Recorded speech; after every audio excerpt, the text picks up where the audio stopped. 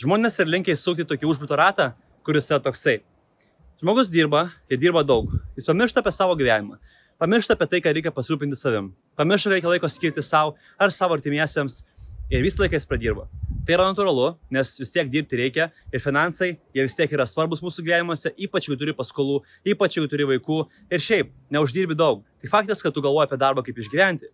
Bet kai žmogus pamiršta apie save ir nepamąsto apie tai, kad jo resursai yra laikini, nutinka tokia situacija, kad jis pradeda galvoti apie tai, kaip pailsėti, kaip atgauti energiją ir kuo labiau jisai dirba pavargęs, tuo labiau jis nori ilsėtis ir dažniausias ilsėjimas tiesiog yra neefektyvus, žalingas elgesys savo. Tai yra nesveikas maistas, filmo žiūrėjimai, kitos veiklos, kurios padeda atsipalaiduoti. Kai nutinka tokia situacija, kad žmogus vis daugiau ilsisi, nes jis yra labiau pavargęs, jis negali tada efektyviai dirbti, nes tiesiog yra išsiblaškęs, neproduktyvus, neefektyvus ir jis neturi pakankamai energijos, kad jis dirbtų tinkamai. Tuomet gauna tokia situacija, kad jis nenormaliai pailsi, nes jis nepadaro darbų, dėl to jeigu yra poilsio dienos, kaip pavyzdžiui šeštadienis ir sekmadienis, jis negali ilsėtis, nes dėl savo neefektyvaus ir neproduktyvaus darbo jis nepadarė savo visų darbų. Dėl to gauna situacija, kad jis nei pasilsi normaliai, nei jis padirba normaliai. Tai ką tokio situacijų daryti ir nuo ko reikia pradėti? Pirmiausia, reikalinga yra anksčiau eiti miegoti, suprantant, kad tos veiklos, būtent porą valandų, neprasmingos veiklos prieš miegą, mums nepadeda, o mums kenkia. Jos nepadeda mums atsigauti fiziškai, bet jos mums padeda pailsėti psichologiškai. Bet tai nėra tas poilsis, kurio mums reikia. Tai yra tarsi pabėgimas nuo savo problemos, kai mes iš tikrųjų nesprendžiam tų savo reikalų, švaistom tą savo laiką, švaistom energiją ir atsikeliam pavargę.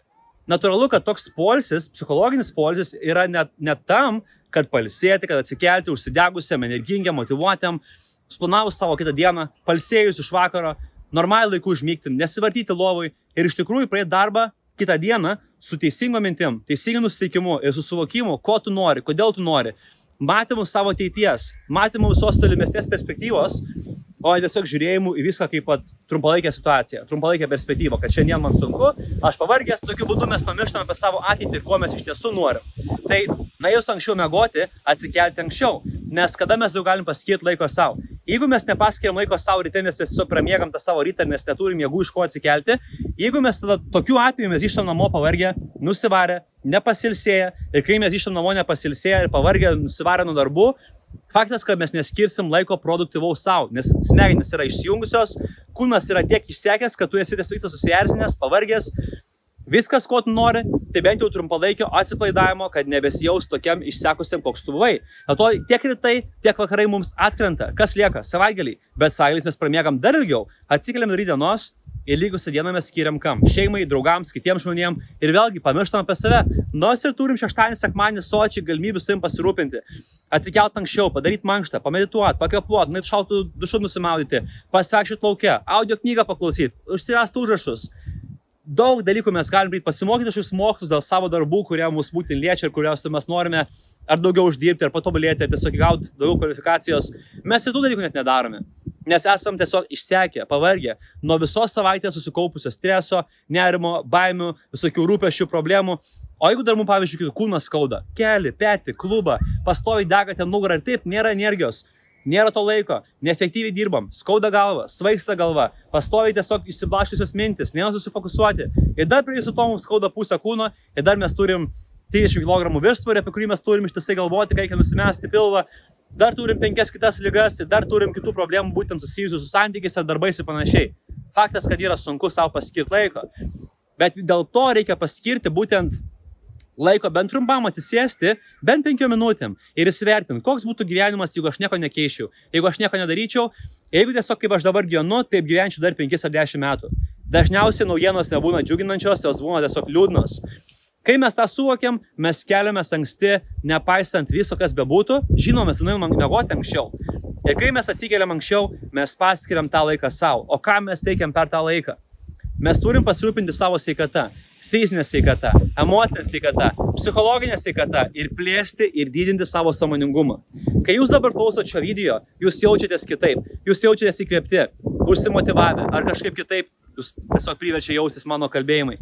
Bet kas jums nutinka, jūs perinat aukščiau, nei tiesiog savo fizinis kūnas, aukščiau nei savo emocijos ir aukščiau nei mintis. Jūs visą tai, ką išgirstat, jūs pajaučiat ir pilnai suvokėt ir priimat į save ir tą akimirką atrodo, kad jaučias kiti žmonės. Ir tai vadinasi, mėlyjeji, sąmoningumo plėtimas, kai mes galime į viską žiūrėti plačiau, kai mes matome į viską, kai mes viską matome iš kitos tarsi perspektyvos, tada mes galim būti sąmoningesni. Ir kai kuo mes esam sąmoningesni, tuo mums geriau sekasi, tuo mes esam sveikesni, tuo mūsų vertybės yra labiau išgilintos, tuo mūsų kiekvienas veiksmas yra vis daugiau pasvertas. Mes nebe tiesiog šiaip automatiškai elgiamės. Jeigu nėra nuotaikos, tai aš būsiu susierzęs visą dieną. Jeigu aš esu alkanas, aš eisiu prisivalgyti. Jeigu aš dabar turiu negatyvių minčių, aš galėsiu lovui, neišlipsiu iš lovos, būsiu užsiparinęs, nieko nešnekėsiu. Tai yra automatinis instinktyvus elgesys, kai mes elgiamės kaip gyvūnai, tiesiog vadovaujamės būtent savo instinktais ir hormonais. Bet yra kitas būdas. Yra sąmoningumas, kurį mes galim panaudoti ir mes galim tiesiog nesusitapatinti savo fiziniu kūnu. Net jeigu mes esam pavargę, mes galim suvokti, kad tas nuovargis nesam mes. Kad tai nereiškia, kad mums dabar reikia kažkaip dėl to nervuotis, erzintis, ar nusivilti, ar priimti neigiamus sprendimus būtent kitose srityse. Mes galim suprasti, kad nuovargis yra laikinas ir kad rytoj jis gali pasibaigti. Tai kodėl šiandieną priimti neigiamus sprendimus, jeigu rytoj atsikelti reikės ir toliau gyventi ir toliau tiesiog imtis veiksmų? Kam tą reikia daryti? Reikia suvokti, kad geriau tiesiog savo nekenkti, net ir tuo atveju, jeigu esam pavargę. Jei kažkas mums kažką pasakė ir jautėmės dėl to emocingi, galbūt buvom supykę, susierzinę, ar apskritai tiesiog turėjom žiaurų įniršį. Ir lygiai taip pat reikia suvokti, kad jeigu kažkokios mintis pas mus ateina į galvą ir tos mintis mums galbūt nepatinka, tai yra prisiminimai apie praeitį, yra kažkokios baimės į ateitį, yra šiaip kažkokios nepasitikėjimas mintis ir apskritai kažkokios nesąmonės galvoj darosi. Mes galim suvokti, kad tai, kas mūsų galvoje vyksta, tai nebūtinai esame mes ir mums nebūtinai reikia į tai reaguoti ir tai priimti už gryną tiesą. Ir vėlgi, kaip mes galim suvokti, kad tai, ką mes mastom, yra ne mes. Tai kas esame mes? Ir tai yra būtent tas aukštesnis sąmoningumas, kurio dėka mes galim atskirti, kad mes nesame mintis. Ir savo mintis valdyti, reguliuoti, kontroliuoti. Kada norime mąstyti, kada norime nemąstyti. Atsisėsti, išjungti mintis. Taip, tai yra įmanoma. Jeigu jūs manote, kad tai nėra įmanoma, patikėkit manim, aš jums pažadu. Tai tikrai yra įmanoma. Prisiekiu. Ir būtent, ką daro visokie žmonės ir Indijose ir kitose šalyse, kurie paskiria visą laiką būtent savo, buvimui su savim, jie ir paskiria būtent šitam sąmoningumui, kad suvoktų, kad jie nėra kūnas, kad jie nėra emocijos, kad jie nėra mintis ir stengiasi ir išgauti tą būseną, kai mes esam ramybėj, tyloj, kai mes galim atsipalaiduoti, kai mes galim elgtis taip, kaip mes iš tikrųjų norime elgtis, kai mes galim kasdienybėj priimti tinkamus sprendimus, kurie mus vestų į ateitį geresnę, o ne mus kažkaip blogintų mūsų gyvenimą. Mes galim tai pasirinkti. Bet kad mes išmoktume taip gyventi, mums reikia praktikuotis. Ir ta praktika vadinasi darbas su savimi. Kai mes dirbam su savimi ir mes kylam tais lygiais sąmoningumo, kai galiausiai galime elgtis teisingai. Taigi, mums reikia pasirūpinti savo fizinę sveikatą. Visų pirmiausia, nes tik po fizinės sveikatos eina emocijos, eina psichologija ir eina būtent sąmoningumas. Tai kaip mes galim tai patirti, jeigu mūsų kūnas yra visiškai išbalansuotas, išsekęs, pervargęs, skauda kelis, skauda petis, skauda klubas, skauda nugarą. Mes turim viršsvorį, nemiegam normaliai. Tai kas yra ta fizinė sveikata? Tai yra stresas, kai mes balansuojam savo stresą ir mes kvėpuojam tinkamai. Kai mūsų stuburas yra tiesus ir mes galim pakankamai įkvėpti oro per savo būtent diafragmą į pilvą, kai kaklas yra tiesus, dėl to mūsų žandikaulio pozicija ir visas kūnas yra tiesus, tuomet mes galime žymiai funkcionaliau judėti. Toliau, po kvėpavimo eina miegas. Kai mes normaliai nemiegam, einam miegoti belenkada, žiūrim filmus vakarą, tiesiog leidžiam laiką neprasmingai. Kur mes galime vietoj to atsikelti 4 ar 5 ryto ir paskirti laiko savo dieną planuoti, galvoti apie savo ateitį, būtent daryti viską, ko jūs galvojat, kad nespėjat, mes tai galim padaryti ryte. Bet jeigu miegas yra išderintas, mes ne tik tais, prarandam laiką, ne tik, mes prarandam nepadarytus darbus ir nepasirūpinimą savimi, bet lygiai taip pat mes ir sugadinam savo sveikatą, nes kai miegoti vėliau, mums nebeišsiskiria, kaip sakykime, mes nebemiegam būtent giliai.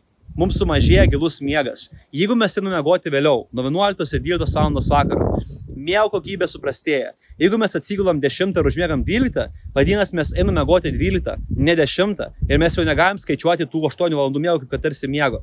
Jeigu užmigom naktį, vidurinią naktį atsibudinėjom, mes galime miegoti daugiausiai 5 valandas, nors atrodo, kad nuėjai miegoti ir miegoji 9 valandas. Dėl to mes jaučiamės tiesiog nepasilsėję, pavargę, užsistresavę. Ir kadangi mes jau šiaip stresuojam ir dar nepamiegoję, dar daugiau stresuojam, nutinka dalykas, ko žmonės nesupranta. Kadangi mūsų būtent kūnuose stresas yra padidėjęs, tai padaro neigiamą įtaką mūsų mitybos pasirinkimams. Automatiškai mes valgom nesveiką maistą, nes mums yra energijos trūkumas vien dėl to, kad mes esame besistresavę ir kūnas jau yra chroniniam nuovargį.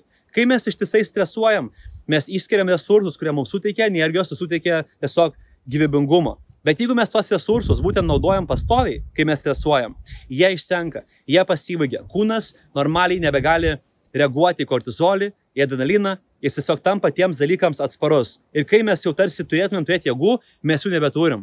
Ir tai yra pagrindinė problema, kad žmogus yra per daug simpatinė nervų sistemos būsenoje, kuri atsakinga už stresą, ir per mažai savo parasimpatiniai būsenoje, kuri atsakinga už poilsį, ramybę ir atsistatymą. Ir kai žmonės per ilgai tenais būna, pavargsta antinkščiai. Kaip ir sakiau, kūnas nebereaguoja nei adrenaliną, nei kortizolį. Taip pat mes tampam atsparus insulinui. Tiesiog nepakankamas jautrumas insulinui prideda irgi prie to, kad taip pat mums ir auga svoris. Ne tik, kad mes neturime energijos ir esame susistresavę, ne tik, kad mums insulinų jautrumas sumažėja, bet lygiai taip pat, kai mes jaučiam stresą, mes norim valgyti būtent angliavandenius, kad numušti tą kortizolį, kurio netgi yra per daug. Tai net ir nebeveikia kūnas, nebereaguoja tai ir netgi to yra tiek daug, kad ir mūsų tiesiog streso hormonai visi tiek pakilę, kad mes tiesiog esame visiškai be energijos. Dabar, kai mes esame be energijos ir mes priimam neteisingos mitybos sprendimus, mes priaugam svorio, mes turim viršsvorį, kūnas nebedirba tinkamai, mes dėl to esam pastoviai prisnūdę, paliegę ir panašiai. Ir dėl to natūralu, kad mes nenorime sportuoti, o sportas tai yra būtent investicija į savo sveikatą. Mes pasportuojam, energija sumažėja, tuomet energija atsistato ir mes tą turim žymiai daugiau jėgų. Bet kaip sportuoti ir kaip tą energiją investuoti, jeigu mes neturime iš ko investuoti ir mes jau esam minuse dėl savo neteisingų pasirinkimų ir sprendimų, kaip mes leidžiam savo laiką. Tai viskas, fizinė sveikata, out, jos nebėra, turim per daug streso, normaliai nemiegam, normaliai nevalgom ir nesportuojam. Natūralu, kad mūsų emocinė būtent būsena, mūsų psichologinė būsena yra visiškai išėjus tiesiog iš namų ir apie sąmoningumą mes net negalim pagalvoti. Ir kas nutinka, kad mes funkcionuojam tik tais fiziniam lygmenį. Taigi, tai mes ir turim pasirūpinti savo fizinę sveikatą. Dėl to, ką aš rekomenduoju ir ką aš siūlau, paskirti valandą laiko savo. Ryte. Eiti miegoti valandą anksčiau, valandą keltis anksčiau. Ką veikti tą valandą atsikėlus? Mes galim atsikelti pavargę, mes galim atsikelti vos į nakit merkti. Mums gali tekti keltis per prievartą su žadintuvu, nes net nuėjus anksčiau miegoti normaliai užmiegant, mes vis tiek galim keltis labai vėlai, nes kūnas vis tiek yra miego deficite. Bet lygiai taip pat bus labai sunku kūną įsukti į visą šitą atsistatymą, jeigu mes kažko nepadarysime būtent užtikrintai, pastoviai ir tvarkingai. Jeigu mes tiek kelsimės, tai tada, vieną dieną padarom, antrą dieną nepadarom, trečią esam pavargę, vėl praleidžiam, mums nepavyks to kūno sustiprinti ir visą tai įsisukti. Dėl to, kai mes vis dėl to atsikeliam anksti ryte ir kiekvieną dieną tai darom pastoviai, nuolatos, pirmiausia, mes paskiriam laiko šaltam dušui. O dar per šaltą dušą, pirma mintis galvoj, kuri turi būti, tai aš tai padarysiu, aš atsikelsiu, aš skirsiu laiko savo, nes aš noriu teisingos ateities, aš noriu gerai gyventi, aš noriu pagerinti savo situaciją, aš tai sugebėsiu padaryti, aš turiu pakankamai energijos. Mes pradedam rytą iškart nuo tinkamų žodžių, nes mes negalim nuo pat pirmos akimirkos identifikuoti savęs vėl ties fiziniu lygmeniu, kuris yra išsibalansavęs. Stresas, miegas chaosas, maistas chaosas, energijos nėra, kūnas pavargęs. Jeigu mes iškart atsikėlę ryte, faktas, kad mes jausimės prastai, nes mūsų sveikata yra išsibalansavusi. Bet mes tą akimirką turim prisiminti, kad mes turim opciją pereiti į maksimalų sąmoningumą ir savo pasakyti iš aukščiau, tu gali. Kelkis, tai daryk dėl savęs, tau bus nuo to geriau ir tu tiesiog sustiprėsi, tu atsigausi, tu viską padarysi. Su to mintim, viskas, ką mums reikia padaryti, tiesiog atsikelti iš lovos, viskas. Reikia išgirsti tą žadintuvą ir padėti telefoną geriau koridoriui. Jis skamba, mus pažadina, mes einam jo paimti ir jį padedam kur? Prie mūsų tualeto durų. Ir mes tą einam prie tualeto ir tiesiog ką reikia padaryti, dėti dar vieną žingsnį ir atsisukti šaltesnį vandenį. Šaltas vanduo iškart nuplaus visą tingėjimą, visą nuovargį, viską nuplaus. Šaltas vanduo daro stebuklus. Patikėkit manim, 2 savaitės jau čia eina, kaip ėjau ledo vonę, kur buvo 5, 6, 7 laipsniai, kai mums čia yra 32 laipsniai šilumos. Tai yra kosmosas. Kiekvieną dieną labiausiai, ko aš laukiu, tai būtent šaltos vonios ir šalto dušo. Tai pakeis jūsų gyvenimą. Tiesiog pabandykit, išdrįskit, nebūtina pradėti nuo žiauriai šalto vandens. Nusiprauskit paprastesnių, šaltesnių vandenių. Pajauskit tą diskomfortą. Kai jūs priimsit pirmą sprendimą, kuris yra diskomfortiškas, kuris yra sunkus, jūsų pasitikėjimas savim padidės. Dopamino kiekis, kuris atsakingas už laimę, už tiesiog euforiją, padidės. Endorfinai iškart įsiskis lygiai dėl to paties priežasties, nes jūs padarysit tai, kas jums sukėlė laikiną stresą, nes vanduo sukels jums stresą. Ir jūs perėjot per tą diskomfortą ir žengėte tą pirmą žingsnį. Tuomet belieka žengti antrą žingsnį. Pakvepuoti.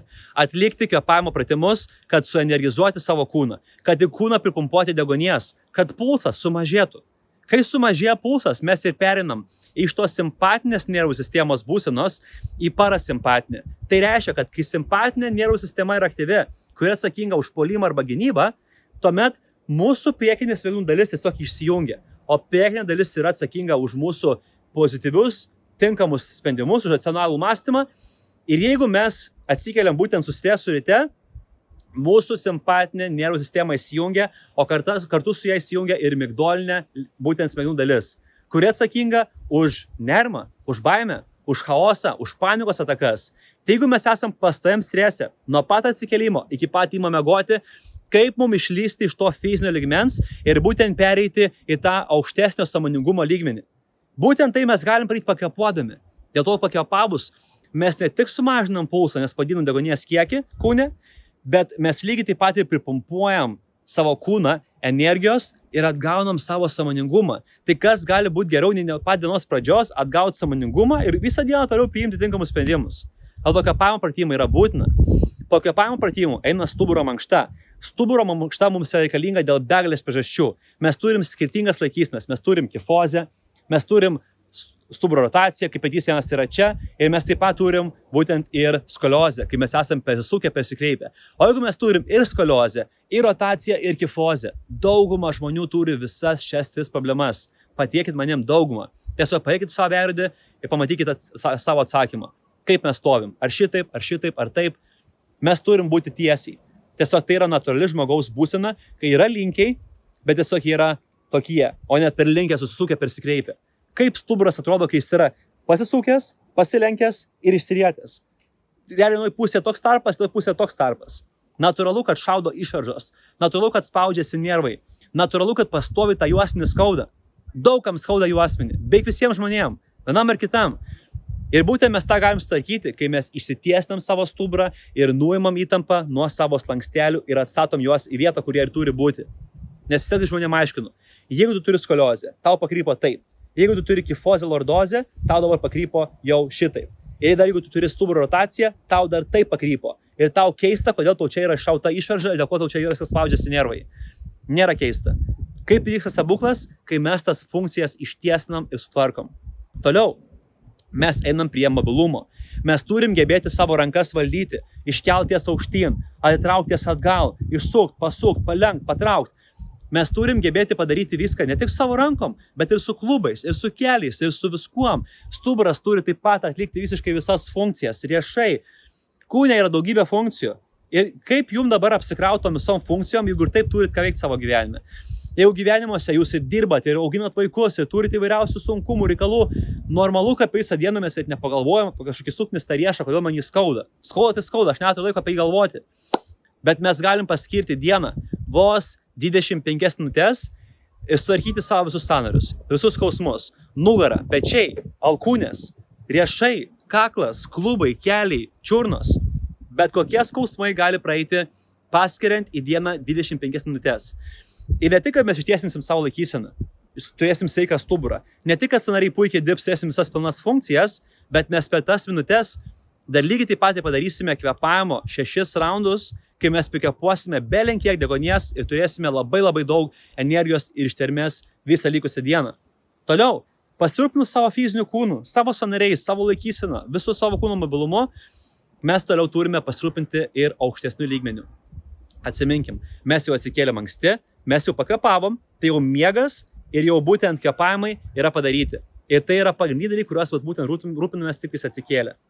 Tai padarius, mes kylam lygis aukščiau, mes pereinam prie savo emocinės sveikatos, po to prie psichologinės, galiausiai prie būtent savo dvasinės sveikatos, sąmoningumo. Kai mes atsikėlę pakvėpuojam, mes iš karto tarsi peršokam į tą sąmoningumą aukščiausią ir mes galim iš karto bendradarbiauti savo pasąmonę.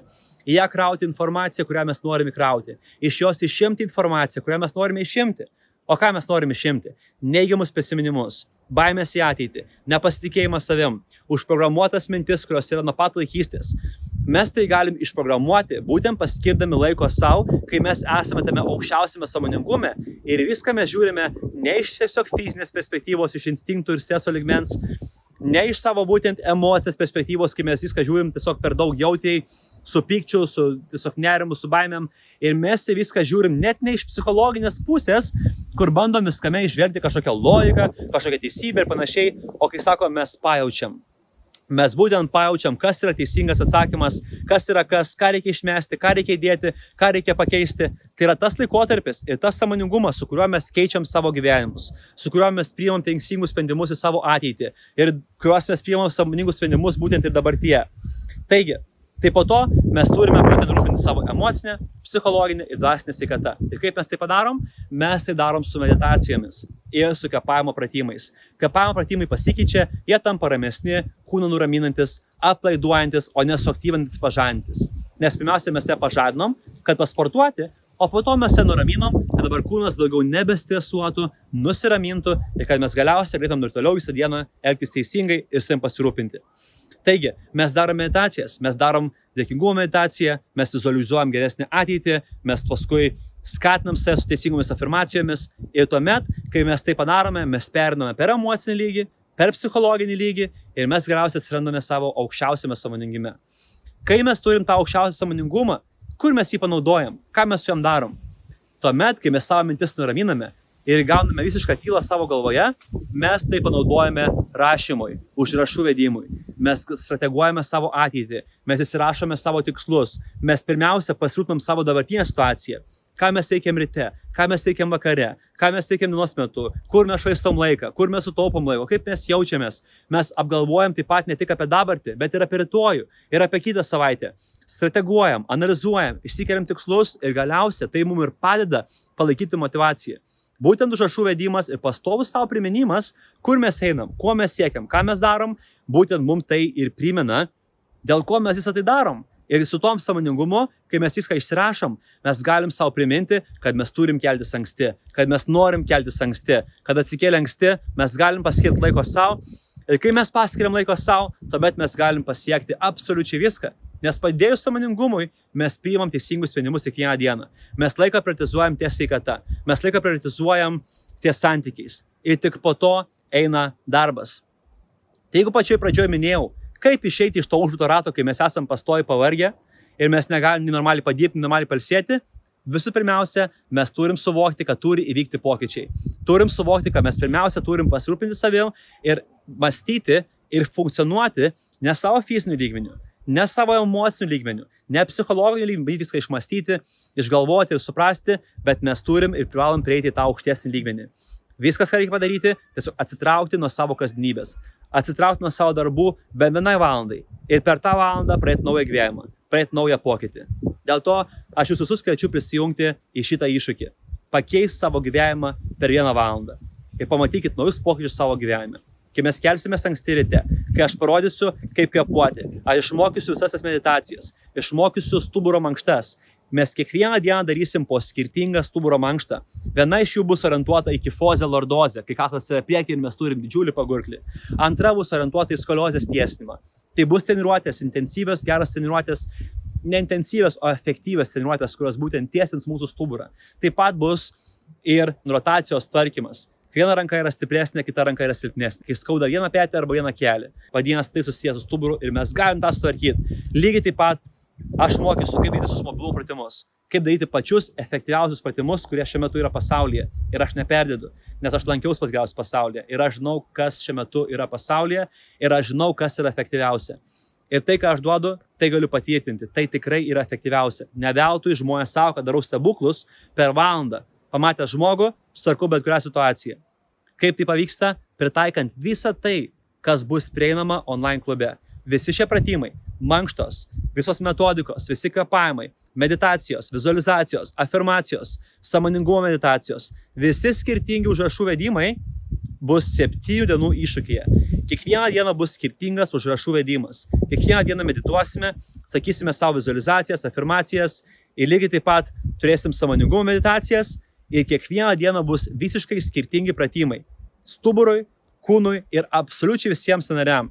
Tai mes per 25 minutės pajungsim absoliučiai visus kūno raumenis ir lygiai taip pat medituosim, vesim užrašus ir taip pat mokysiu išeiti pasivaikščioti ir klausyti mano rekomenduojamų audio knygų, kurios padės jums pakeisti savo gyvenimą. Tai jeigu tai jūsų nemotyvuoja ir jeigu žinant visus atsakymus, ką daryti, kada daryti, kiek daryti, kaip daryti, viskas pateikta tiesiai prieš akis, ką reikia padaryti, tiesiog daryti. Ir gyvenimas gali pasikeisti per savaitę. Ir aš neperdedu. Gyvenimas pasikeis per savaitę, nes fizinė sveikata, emocinė sveikata, psichologinė sveikata ir sąmoningumas įeis į bendrą balansą. Ir mes, kai viduje keisimės kitaip, jausimės kitaip, mūsų gyvenimas lygiai taip pat keisis. Pats gyvenimas nepasikeis per savaitę, bet pasikeis mūsų požiūris, pasikeis mūsų fizinė savijauta, pasikeis kaip mes jaučiamės, pasikeis ką mes mąstome ir lygiai taip pasikeis tas pats, kai mes žiūrime į įvairias situacijas, mūsų būtent požiūris į viską. Mes turėsim žymiai daugiau energijos, turėsim žymiai geresnę laikyseną, fiziškai bendrai jausimės geriau, būsim žvalesni, užmigsim laiku, atsikelsim laiku, valgysim švarų maistą, numesim svorio, pagerinsim savo raumenų tonusą, pagerinsim raumenų jėgą. Padėkit manim. Mes tai čia išbandėm ir galiu pasakyti, kad tai veikia. Bandėm ir mes, bandėm mūsų kaimynai, bandėm mūsų draugai ir visi pasakys lygiai tą patį, kai mes jų paklausim.